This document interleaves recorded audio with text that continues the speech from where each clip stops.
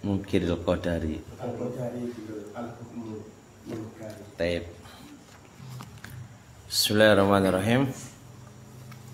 Alhamdulillah wassalatu wassalamu ala Rasulillah wa ala alihi wa sahbihi wa wala ma ba'd. Ma hukmu mungkiri al-qadari? Apa hukum orang yang mengingkari takdir? Ya terjadi aja kan Pak, orang yang mengingkari takdir ketika lagi sempit hidupnya, ada musibah, ada masalah, dia mengingkari apa? Takdir. Sebelum dipahami dulu Pak ya, orang yang iman dengan takdir itu harus terpenuhi 4 rukun kan ya. Rukun pertama, takdir itu ada kok situ kok. Anda cuma nggak memahamkan dulu aja. Jadi takdir itu selalu berkaitan dengan ilmunya Allah. Yang kedua, takdir itu adalah berkaitan dengan tulisannya Allah. Ketiga, takdir itu sesuai dengan kehendaknya Allah. Keempat apa? Takdir itu adalah bentuk ciptaannya Allah. Orang memahami itu insya Allah Pak ya, diuji apapun takdirnya insya Allah tenang. Karena apa? Karena perbuatan Allah berupa takdir itu Allah tahu. Memang Allah tahu sebelum ini terjadi, itu Allah sudah tahu kalau kita akan begini. Apalagi di tahun ini kan memang Allah uji ekonomi semakin apa? Semakin susah, pangan, harga makan semakin apa? Tinggi. Karena memang keadaan Indonesia kayak begini keadaannya. Jadi sebelum terjadi ini Allah tahu kok kalau akan begini, kan begitu. Dan ujian itu kalau kita lihat dat ujiannya ya sakit Pak. Tapi kalau kita lihat ujian itu dengan membandingkan kenikmatan yang banyak, maka ujian itu akan semakin sedikit dan semakin gak ada masalah. Karena apa? Karena masih banyak nikmat yang Allah berikan kepada kita. Jadi kalau kita dibalik begitu ya mungkin nangis kita ya. Artinya penderitaan tuh banyak gitu ya ketimbang kenikmatannya. Tapi ini kan enggak, kenikmatannya lebih banyak daripada apa? Penderitaannya. Kan begitu ya.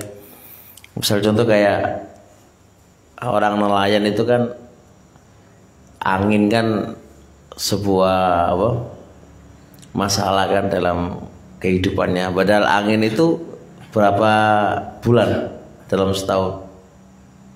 12 bulan. Oh, iya, setahun 12 bulan. Musimnya kan tanggal seharusnya 1 tahun, maksudnya 12 bulan angin. Tanggal bulan 12. Lah ya kan, berarti di bulan berapa? 12 saja kan. Berarti 1 bulan tok kan. Sampai 3 sudah 2 bulan. Berarti 2 bulan. 3 bulan kan, paling banyak kan 3 bulan. Itu pun masih bisa kerja kan. Nah itu jadi artinya dari 3 bulan dengan 9 bulan banyak mana? Nah kan, jadi kita mikirnya ke arah sana dulu lah. Kalau mikirnya ke arah 3 bulannya terus ya stres. Ditambah lagi ya sebelum 3 bulan itu datang ya dipersiapkan secara materi apa adanya atau apa. Insya Allah bahagia hidup itu. Bukan kayak pesisir. Kalau pesisir kan gaya hidupnya kan tinggi. Gaya hidupnya Pak segala sesuatu harus mewah, makan mewah, baju mewah. Ya istilahnya cara hidup aja yang apa? Yang kurang pas. Padahal kalau orang pesisir digandeng dengan orang petani, banyak uangnya orang pesisir, ya kan?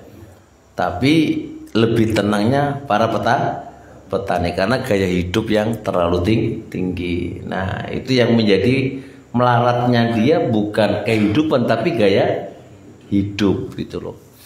Yang kedua, kalau kita mikir tulisan kan, ya ini kan sudah tulisannya Allah sebelum Allah menciptakan langit dan bumi 50.000 tahun kan, itu sudah ditulis kan.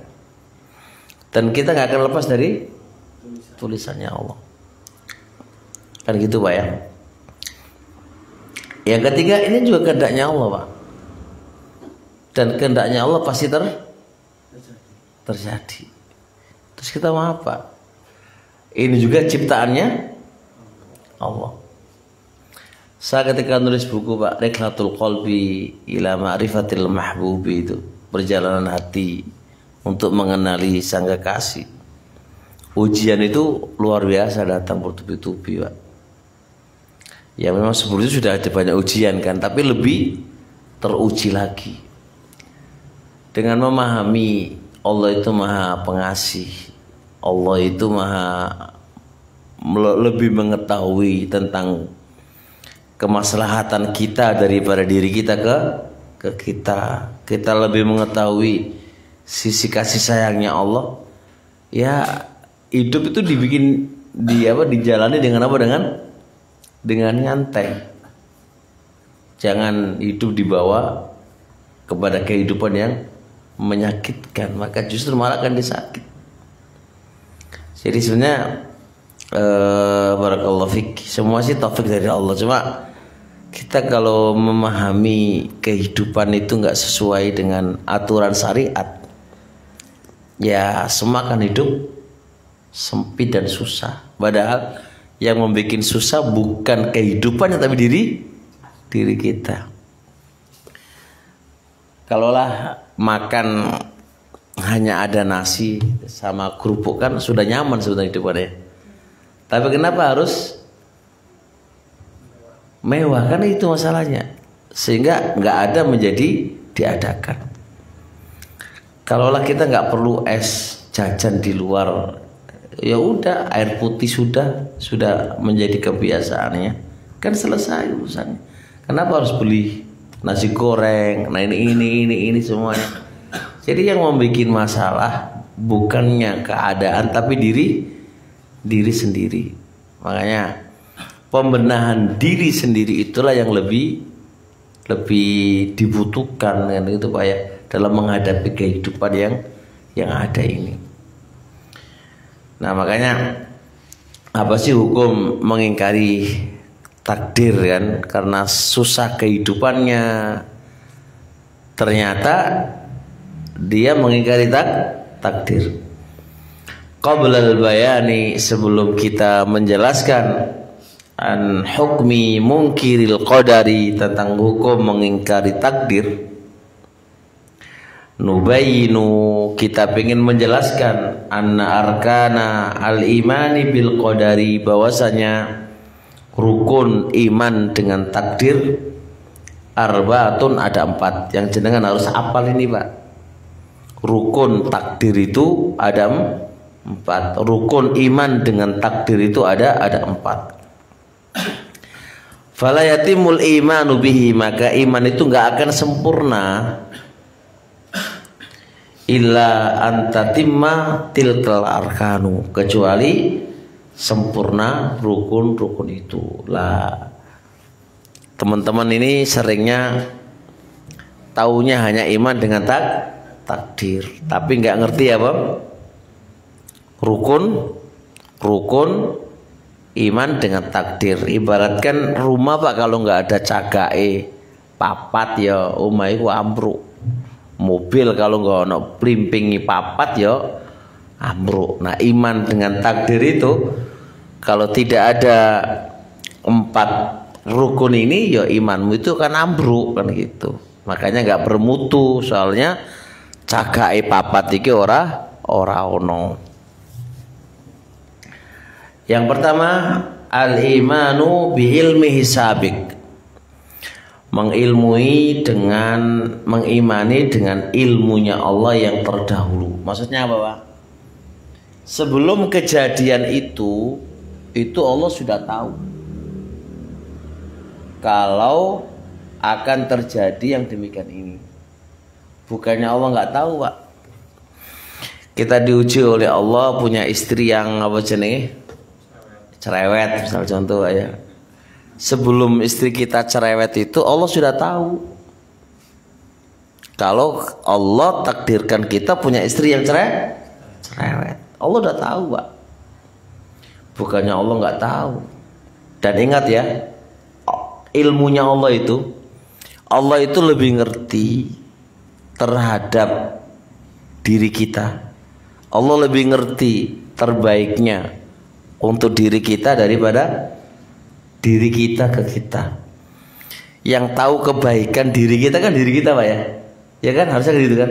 Tapi ternyata Allah itu lebih ngerti terbaiknya untuk kita daripada diri kita ke kita.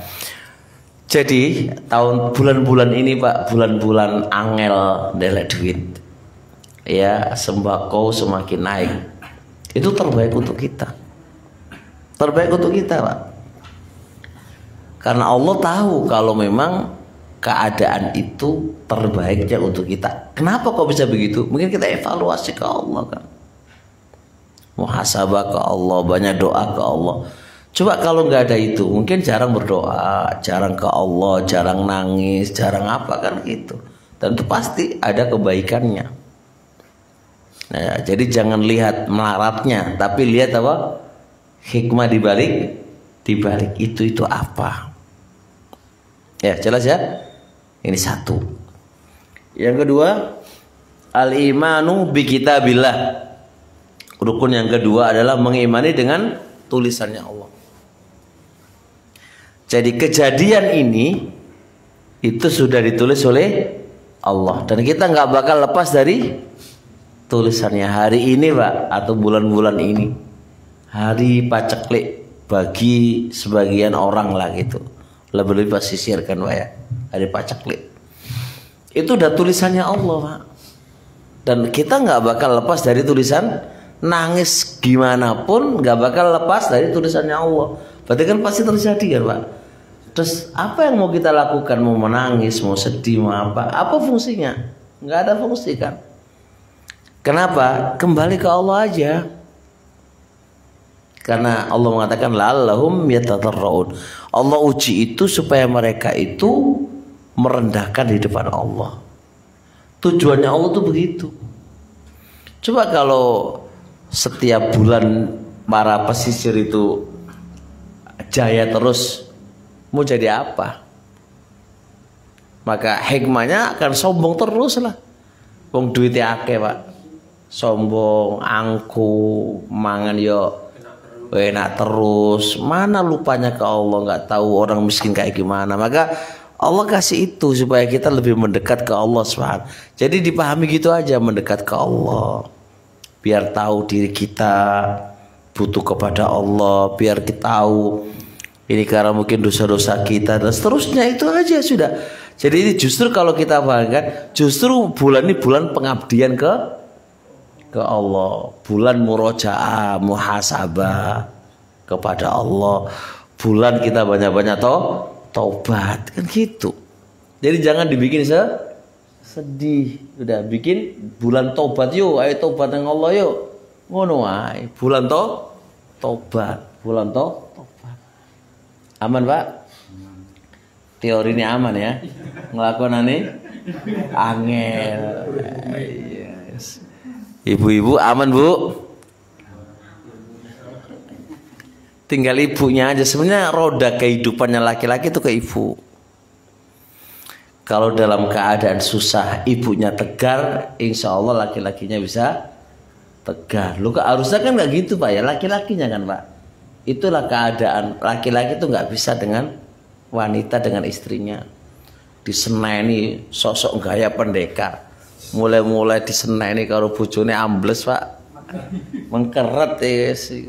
Iku modele wong lanang saiki wedi-wedi karo wong wedok. Tapi kalau kokohnya si istri kokoh kan, oh sekarang popo ini musim-musim kayak gini nggak apa-apa, kita banyak puasa ngono kan ya, suami tegar Pak ya.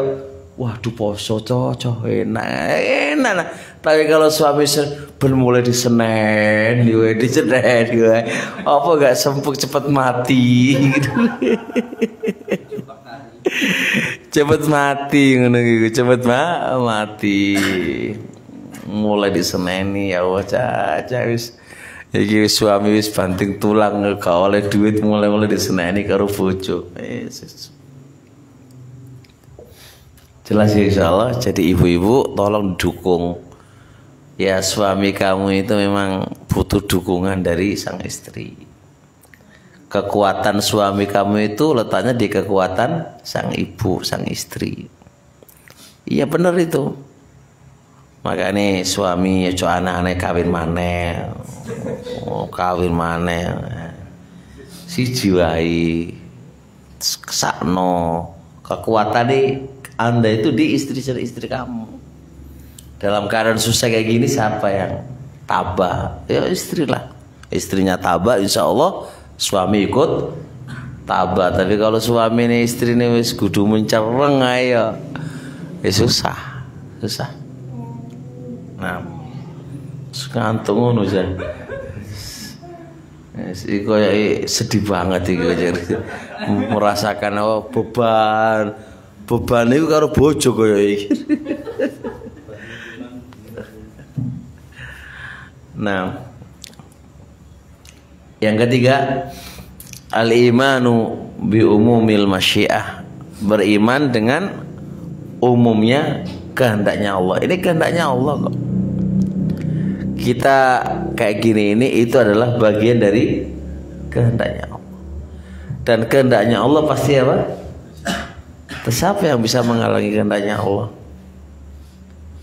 Siapa yang bisa menghalangi kehendaknya Allah? Enggak akan ada yang bisa menghalangi kehendaknya Allah.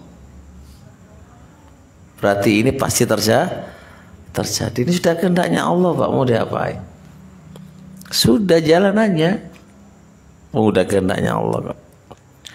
Nah, yang keempat al-imanu bi anna Allah khaliqun likulli syai'. Mengimani bahwasanya Allah pencipta segala sesuatu. Jadi ini terjadi itu di atas ciptaannya Allah. Allah yang menciptakan, Allah yang menulis, dan Allah yang menghendaki.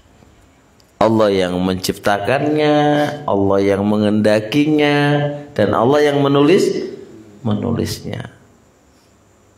Sudah, berarti memahami ini akan tenang. Hatiku tenang. Tenang Pak. Saya di belakang Bapak ya. Tenang ya, tenang. Nah, jadi pasrah wae nang gawe urip, ya kan? Pasrah tapi juga sedih, Pak. Pasrah itu berarti Anda yakin Allah itu yang ngasih solusi. Pasrah, kalau sudah masrah itu ya terserah Allah nantinya, wong sudah dipasrahkan ke Allah kok. Ya terserah Allah, mau Allah berbuat apa aja ya manut. Di titik pas kami lagi diuji Pak, anak saya itu lagi masuk ICU Pak. Itu di titik yang kita dalam kondisi apa ya, benar-benar diuji berat kan gitu Pak. Nah, kalau kita di titik ini, kalau sudah pasrah kepada Allah, berarti apa coba? Apapun yang Allah berikan kepada kami itu terbaik. Kalau sudah masrahkan kan begitu Pak. Sudah kembalikan ke Allah sampai 3 hari itu Pak. Artinya bagi seorang ayah melihat anak dalam kondisi gitu kan luar biasa. Dan itu harus dipahamkan ke istri. Istri harus dipahamkan Pak. Makanya kalau sudah begitu, sudah pasrahkan ke Allah. Sudah. Berarti jalan aja hidup, ngalir aja. Bopi ngalir. Kan gitu Pak. Ketika pulang dari ICU dan dimudahkan oleh Allah Pak, dokter menyatakan nggak boleh ini, nggak boleh ini, nggak boleh ini. Saya bilang ke istri, kalau kita membatasi ke anak dengan sarannya dokter, oke, kita lakukan. Tapi di atas itu ada kekuatannya Allah. Sudah, kita sudah sampaikan ke anak, pahamkan ke anak, ngeloroi ke anak, sudah serahkan ke Allah Pak. Lah itu anak Pak, yo dolenan itu jangan ditanya Pak, itu gak sesuai resep dokter Pak. Kalau sesuai dokter sakit lagi itu Pak, masuk ICU mana. Tapi kekuatan Allah mengalahkan kekuatan apa? Manusianya Pak. Jadi sudah, kita sudah sesuai dengan resepnya dokter, sudah. Tapi di samping itu Pak, serahkan ke Allah, sudah. Ya Allah, saya nggak tahu keputusanmu yang terbaik bagi kami, itulah yang terbaik bagi kami. Kalau mau diambil ya Allah, sudah, saya pasrahkan. Udah gitu aja Pak. Jadi kalau mikir itu Pak, stres. Di saat itu juga kita diuji oleh Allah lagi. Uang investasi saya sekian ratus juta Pak, hilang. Saya punya duit nol Pak itu Pak. Saat diuji oleh Allah kayak gitu. Jadi kita berpikir gini, iya ya, mau diapain lagi kalau ya? Kembalikan ke Allah sudah. Jadi titik nol, saya harus bagaimana? Kalau kita pakai teori teori otak kiri Pak, gak ketemu. Sudahlah, terbaiknya bagaimana ya Allah, kami manut. Kalau sudah pasrah itu Pak, berarti ya sudah, apapun yang Allah berikan itu terbaik bagi kami. Begitu Pak ya. Jadi hari-hari itu sudah kita lalui itu Pak. Jadi dan memang lebih tenang hidup itu kalau kita sudah pasrahkan. Nanti terjadi apapun itu berarti terbaik karena kita sudah pasrahkan. Tapi kalau kita masih maju mundur ini, aduh, repot. Ini kajian kehidupan Pak. Dan kajian ini ya harus kita lewati Pak. Harus pasti akan menimpa kepada diri kita hari ini atau hari esok. Makanya harus dipasrahkan kepada Allah Subhanahu wa taala. Wa man ankara ilmullahi sabiq, barang siapa yang mengingkari ilmunya Allah yang terdahulu dengan mengatakan Allah itu enggak tahu kejadian ini kecuali setelah terjadi. Berarti sebelumnya Allah bodoh, enggak ngerti Pak. Kalau sampai ngomong ke ini kafir Pak. Dan barang siapa yang mengingkari kitab Allah mencatat, Allah telah menulisnya, dia ingkari enggak, Allah enggak menulisnya. Allah itu tahu, baru tahu. Allah itu mencatat kalau sudah terjadi. Kalau sampai orang ngomong ini Pak, kafir Pak. Karena mengingkari ilmunya Allah yang tertera di dalam Al-Quran. Dia mengingkari tulisannya Allah yang sudah tertera di Al-Quran dalam hadis Pak. Ini kafir orangnya. Wa man ankara umumal masyiati wa khalqallah, adapun orang yang mengingkari ini adalah kehendaknya Allah dan ini ciptaannya Allah, mengingkari itu fahadha yunafi kamalat tauhid, maka ini menafikan apa? Kesempurnaan tauhid. Artinya tidak kafir. Barang siapa yang mengatakan aku mengingkari ini adalah kehendaknya Allah, aku mengingkari ini adalah ciptaannya Allah, maka ini tidak bisa mengeluarkan dia dari keislamannya. Dia jatuh dalam pelanggaran yang fatal, tapi tidak mengeluarkan dari Islam. Tapi kalau dia mengingkari apa tadi?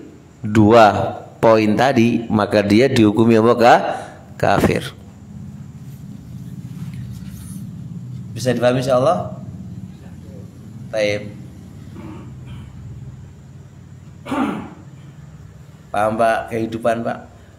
Kehidupan insya Allah jenengan lebih tua dari saya lah. Garam apa? Garam apa? asam garamnya sudah jenengan lalu, tinggal pempraktekannya sesuai dengan apa syariatnya aja. Terusnya, ma makna qaulir rasul an nu'mina bil qadari khairihi wa syarri.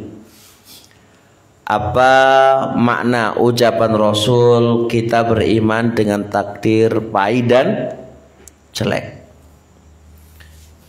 Ini masalah, Pak. Kenapa kok masalah?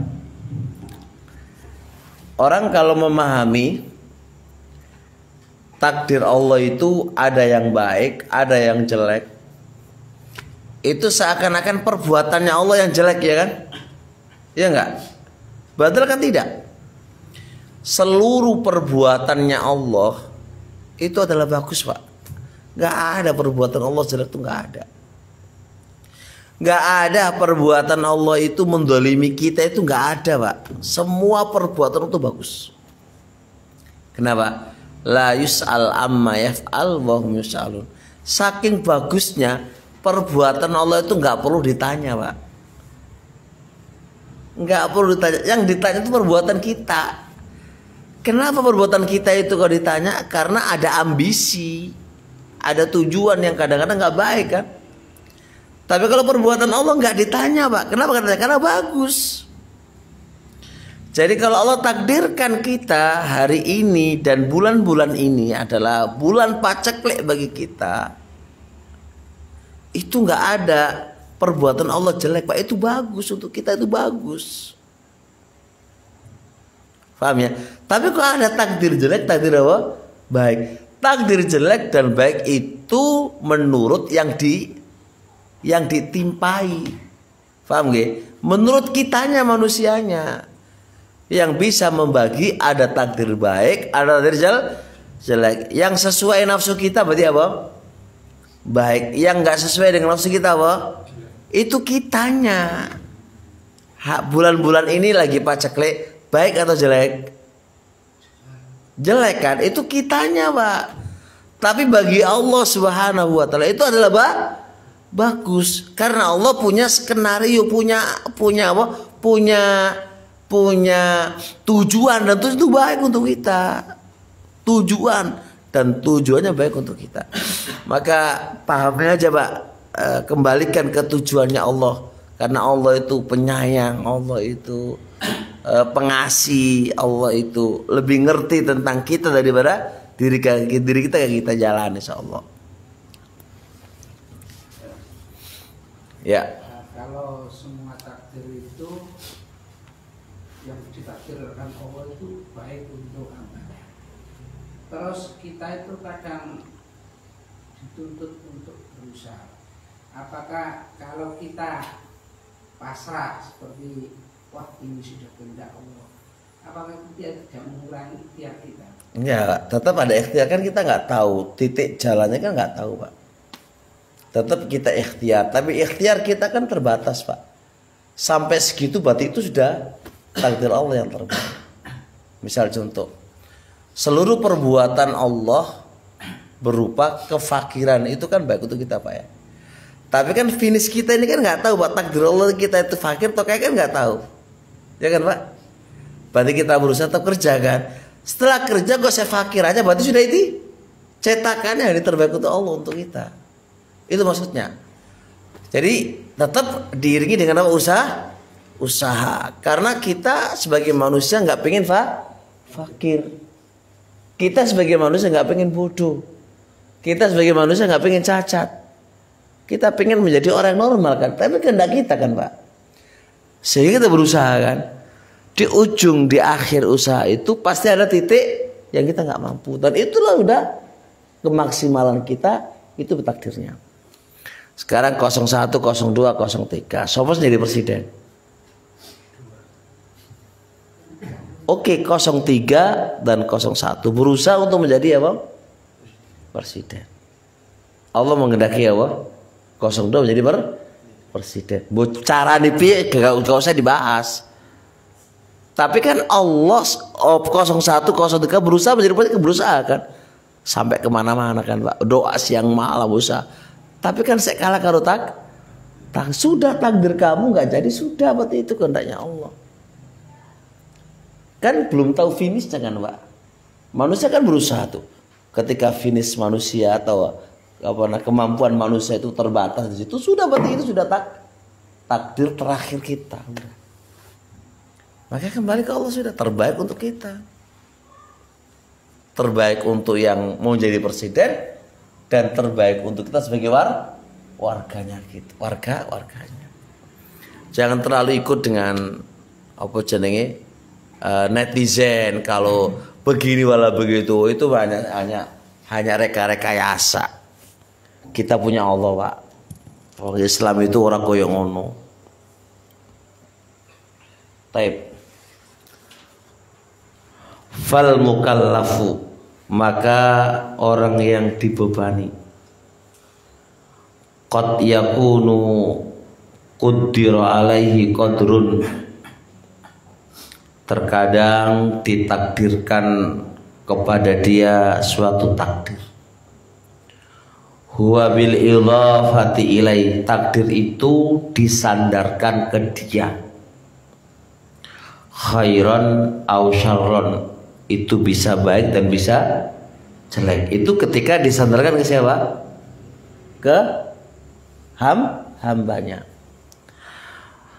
Wa amma adapun binisbati fi'lillah, ditinjau dari perbuatannya Allah fala, tidak ada baik dan tidak ada jelek, bahkan seluruhnya adalah baik. Ditinjau dari perbuatan Allah, tidak ada kata baik atau jelek, nggak ada, semuanya adalah baik. Lianna af'alahu khairun kulluh, karena perbuatan Allah itu seluruhnya adalah baik Pak.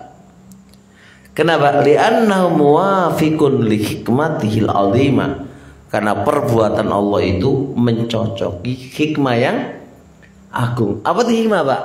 Hikmah itu perbuatan Allah nggak pernah salah Pak, pasti benar. Kalau andai kata perbuatan Allah itu salah, berarti nggak sesuai dengan hikmahnya Allah. Karena perbuatan Allah itu sesuai dengan hikmahnya Allah, dan hikmah itu pasti benar Pak. Hikmahnya Allah itu pasti benar, nggak mungkin salah Pak. Maka berarti semua perbuatan Allah itu baik. Kenapa? Karena mencocoki hikmahnya Allah yang agung.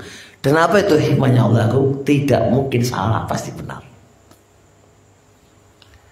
Walihada, oleh karena ini ja'al hadis wasyarru laisa ilaik, kejelekan itu tidak dinisbahkan kepada perbuatan engkau ya Allah. Rasul mengatakan itu, kejelekan itu tidaklah disandarkan kepada perbuatannya Allah, karena perbuatan itu bagus, bukan jelek, jelek. Jadi kesimpulannya ya, perbuatan Allah itu bagus, nggak ada yang jelek. Ya jeleknya karena kita aja. Kalau nggak sesuai dengan hawa nafsu kita, berarti jelek. Kalau sesuai dengan apa? Keinginan kita, berarti apa? Baik. Itulah kita Pak. Dan ilmu kita kan terbatas Pak. Perasaan kita itu ini terbaik, tapi ternyata bukan terbaik. Kan gitu kan Pak ya? Coba bayangkan. Sekarang saya nanya jenengan pikir anak kecil Pak, di musim hujan, dia kondisinya kurang stabil, imunnya lagi turun Pak. Bagi anak kecil itu kira-kira tuku es yang itu ono obat gulai Pak, panas. Bagi anak itu bagus gak Pak? Bagus kan? Bagi anak loh, maksudnya karepe anak Pak. Bagus karepe anak karena dangkal pikirannya kan Pak. Bagi orang tua nggak bagus, karena orang tua lebih tajam daripada anak. Nah bayangan gitu Pak, sama aja akal kita ini koyok-koyok wape, punya istri ini, punya ini kan bagus menurut kita Pak. Tapi Allah nggak takdirkan, berarti apa itu? Nggak baik untuk kita. Gitu aja Pak, nyaman Pak. Jadi karena akal kita ini terbatas, sehingga berprasangka, berasumsi ini terbaik, bagi Allah nggak terbaik.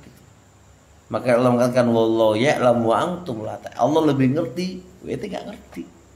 Makanya pilihan Allah terbaik untuk kita sudah. Paham ya? Jelas?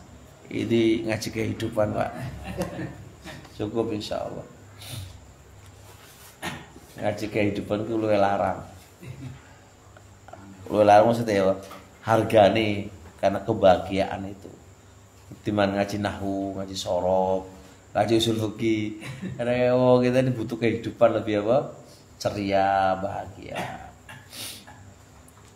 Insya Allah. Ya.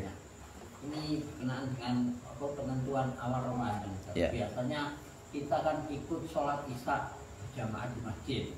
Nah di masjid itu kan sudah menentukan besok jatuh puasa dan kita kan nunggu pengumuman dari pemerintah. Apa kita ikut sholat raweh atau enggak? Enggak lah. Jangan Berarti dulu lah. Sholat isya langsung pulang. Iyalah. Kita belum tahu apa hari raya apa enggak. Iya. Iya. Nanti apa ya sholat raweh dulu. Jangan dulu. Belum waktunya kok. Belum ada berita. Kan ruyatul pasti isbat, masih nanti baru masih disidangkan. Ya kita nunggu dulu. Tapi kan kalau yang satunya kan sudah menentukan. Ya kan urusan dia lah, Pak. Gitu aja urusan dia, gitu aja, kita nggak bisa pusing-pusing. Kita urusan menyelamatkan diri kita dia sendiri untuk ke akhirat kita. Oke. Kalaupun kita terpaksa mengikuti, Kenapa terpaksa, Pak? misalkan ada juga tuntutan, misalkan apa itu, katakanlah posisi Ustadz ini diminta mengimami. Bukan terpaksa itu, Pak. Mohon maaf, Pak, saya belum bisa mau terpaksa, Bi. Terpaksa itu kalau enggak jangan dibunuh mati, Pak. Jadwalnya sudah. Enggak, ya. Saya kalau diminta jadwal baik itu hari raya atau enggak, nanti kalau saya jadwalnya sesuai dengan pemerintah. Kalau andai kata sama, saya ikut ketua. Kalau enggak akan di depan, Pak. Enggak ada kata enggak khutbah atau enggak ceramah, ya enggak ada masalah. Ditolak sama mereka, ya ora ono masalah, wong urip lapo kok pusing-pusing. Lapo urip kok gantung ke orang, urip gantung ke Allah. Urip gantung ke makhluk. Apa yang mau kita gantungi makhluk, Pak, orang lemah. Gandolan apa jenenge rumai belalang ya padha wae nubruk. Lah ya. Nggih jelas ya. Lebih baik kata ya sholat di satu ini ya sholat dua wae kan daripada mulai kan isi-isi. Bukan aku pengisi langsung mulai cuma dulu iku mengambil dulu keburi jamaah lho. Jadi berburi barang. Jamaah wajib wis. Oh iya bener wajib. Tapi ngono ku. Orang barang isin. Ora apik wong mulai ngono. Orang barang isin ojo ngasih ngono.